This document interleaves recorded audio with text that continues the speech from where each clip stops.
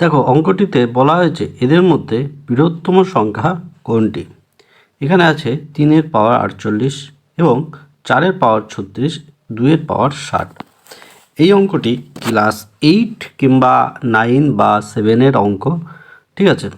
এক্ষেত্রে দেখো এইগুলোকে আমরা কিভাবে লিখতে পারি। 3 পাওয়ার 48, এই 48কে আমরা ভাঙবো। 48কে ভাঙলে কি পাই, 12 গুণ 4 পেয়ে যাই, ঠিক আছে। তারপরে আছে কত, 4 পাওয়ার 36, এই যে 4 পাওয়ার 36।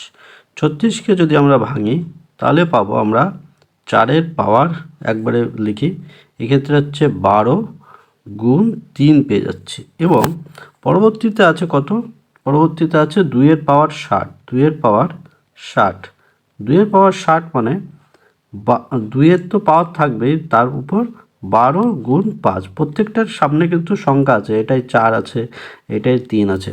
এক্ষেত্রে দেখো খেয়াল করো আমাদের প্রত্যেকটাতে 12 আছে, এই কারণে আমরা এই 12গুলো কেটে দেবো। থাকছে কত পরে, প্রথমটায় দেখো 3 পাওয়ার থাকছে আমাদের 4, 3 পাওয়ার 4 মানে 4টে 3 আছে, অর্থাৎ 3 গুণ 3 গুণ, এই যে এরকম 3 গুণ 3 গুণ 3 গুণ 3, এই 4টে 4-এর জন্য, এই 4টে 3-এর জন্য আমরা পেয়ে যাই 81, ঠিক আছে। কত হয় আমাদের 81 হয়ে যায়। পরবর্তীটায় দেখো 4 পাওয়ার কত আছে আমাদের, এই 4 পাওয়ার থেকে 12 কেটে গেল, থাকছে 3, তাহলে 4 আছে কয়টা, 3টে, 3 4 4 4 16, 16 গুণ 4, 16 গুণ 4 64, ঠিক আছে। এটাই পেয়ে গেলাম আমরা 81, এটাই পাচ্ছি আমরা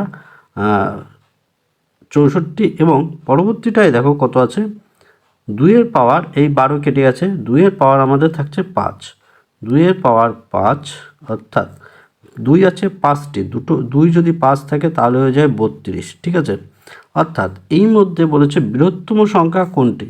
বৃহত্তম সংখ্যা হচ্ছে এই 81। 81 কার থেকে আসলো, এই যে 3/48 এইটার থেকে আসলো 81, অর্থাৎ আমাদের সঠিক উত্তর হয়ে যাবে কত, 3 তার উপর 48, 3/48 হলো আমাদের সঠিক উত্তর। নতুন চ্যানেল, নতুন উদ্যোগ, সকলকে অনুরোধ করব সাথে থাকো।